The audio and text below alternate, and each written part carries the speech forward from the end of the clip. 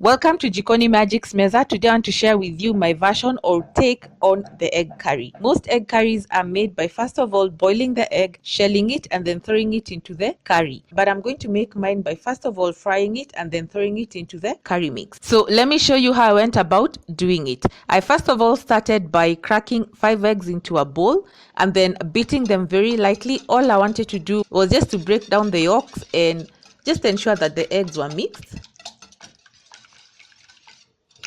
And then the next thing that I did, to my preheated pan, I added about a tablespoon of vegetable oil and poured in my beaten eggs.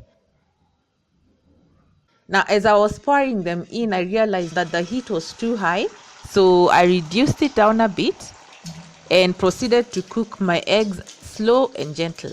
And to enable the eggs to cook faster and more evenly without the bottom browning too much, I normally pull the eggs from the edge inwards and letting the raw egg from the middle run out towards the edge. And this one allows them to cook faster and more evenly. I'm also adding salt to taste at this point. Ideally, I should have added the salt while beating the eggs, but I didn't do it, so well, I'm adding it now and the eggs are going to be properly seasoned. So once the top of the eggs had set slightly, I turned them over and, well, as you can see, they were breaking up on me, but that was neither here nor there because at the end of it all, you're still going to end up cutting them up.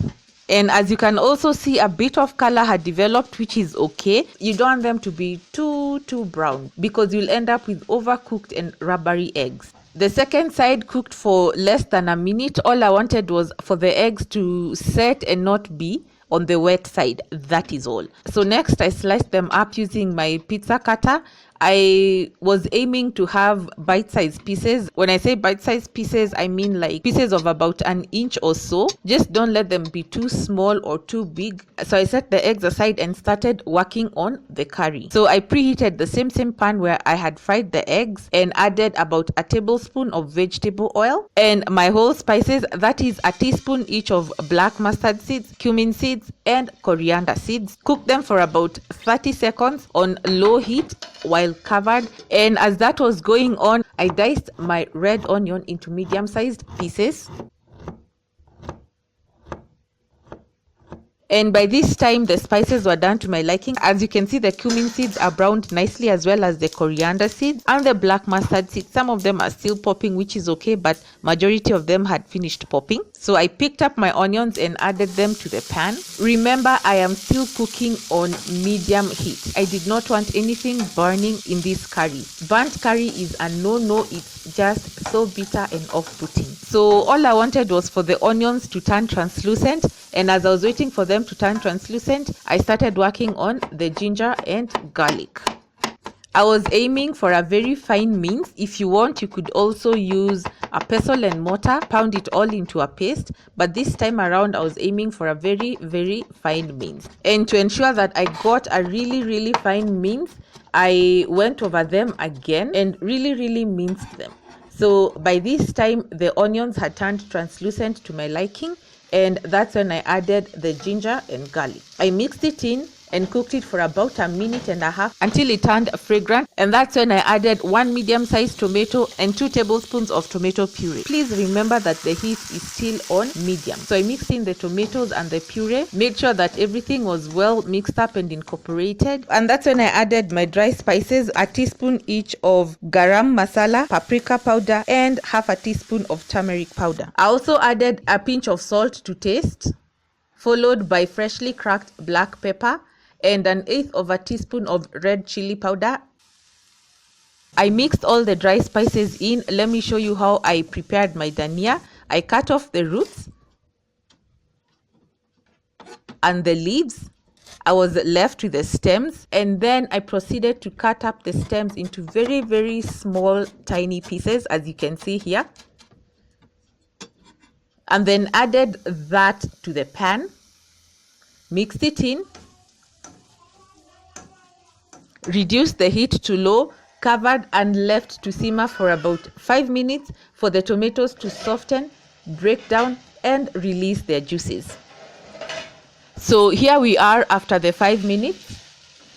As you can see, the tomatoes had really broken down but had not yet dried to the point where I wanted it to be. So I gave it some 2 more minutes for the tomatoes to really dry up, which is what you're seeing here. Okay, and that is when I added the eggs.